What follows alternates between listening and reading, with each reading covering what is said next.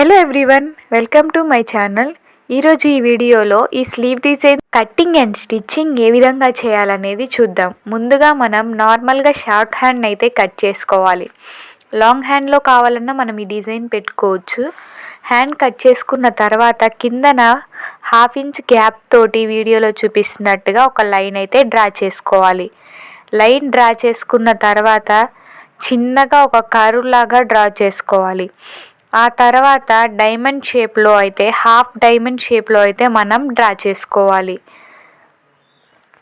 మొత్తం డ్రా చేసుకున్న తర్వాత హ్యాండ్ని మళ్ళీ సెంటర్లోకి ఫోల్డ్ చేసి ట్యాప్ చేసుకోవాలి. ఇలా ట్యాప్ చేయడం వలన సెకండ్ సైడ్న కూడా మార్కింగ్ అయితే పడుతుంది.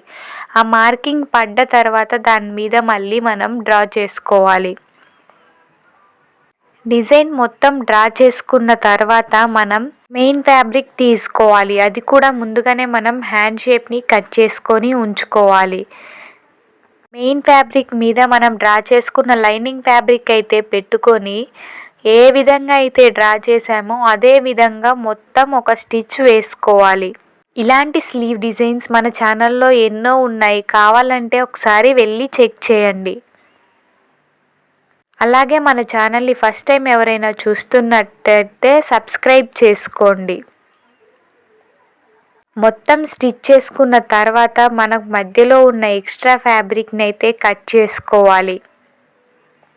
నీట్గా కట్ చేసుకొని ఎడ్జెస్లో చిన్నగా టక్స్ ఇచ్చుకోవాలి. అలా ఇచ్చుకోవడం వలన మనం రివర్స్ చేసినప్పుడు నీట్గా వస్తుంది.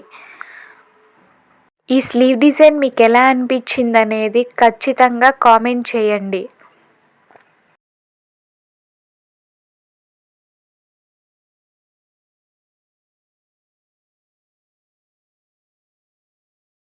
మొత్తం కట్ చేసిన తర్వాత రివర్స్ చేసి ఐరన్ చేసుకోవాలి లేదా ఒక స్టిచ్ వేసుకోవాలి. ఆ తర్వాత హ్యాండ్ చుట్టూరా ఒక స్టిచ్ అయితే వేసుకోవాలి. పైన ఎక్స్ట్రా ఉన్న ఫ్యాబ్రిక్ని కట్ చేసుకోవాలి. ఏవైనా బీడ్స్ తీసుకొని మనం హ్యాండ్ని మధ్యలో అయితే స్టిచ్ చేసుకోవాలి. వీడియో నచ్చినట్టయితే లైక్ చేయండి. ఎవరికైనా ఉపయోగపడుతుంది అనిపిస్తే షేర్ చేయండి. అలాగే ఇలాంటి మరెన్నో వీడియోస్ కోసం మా ఛానల్ని సబ్స్క్రైబ్ చేసుకోండి. Thanks for watching.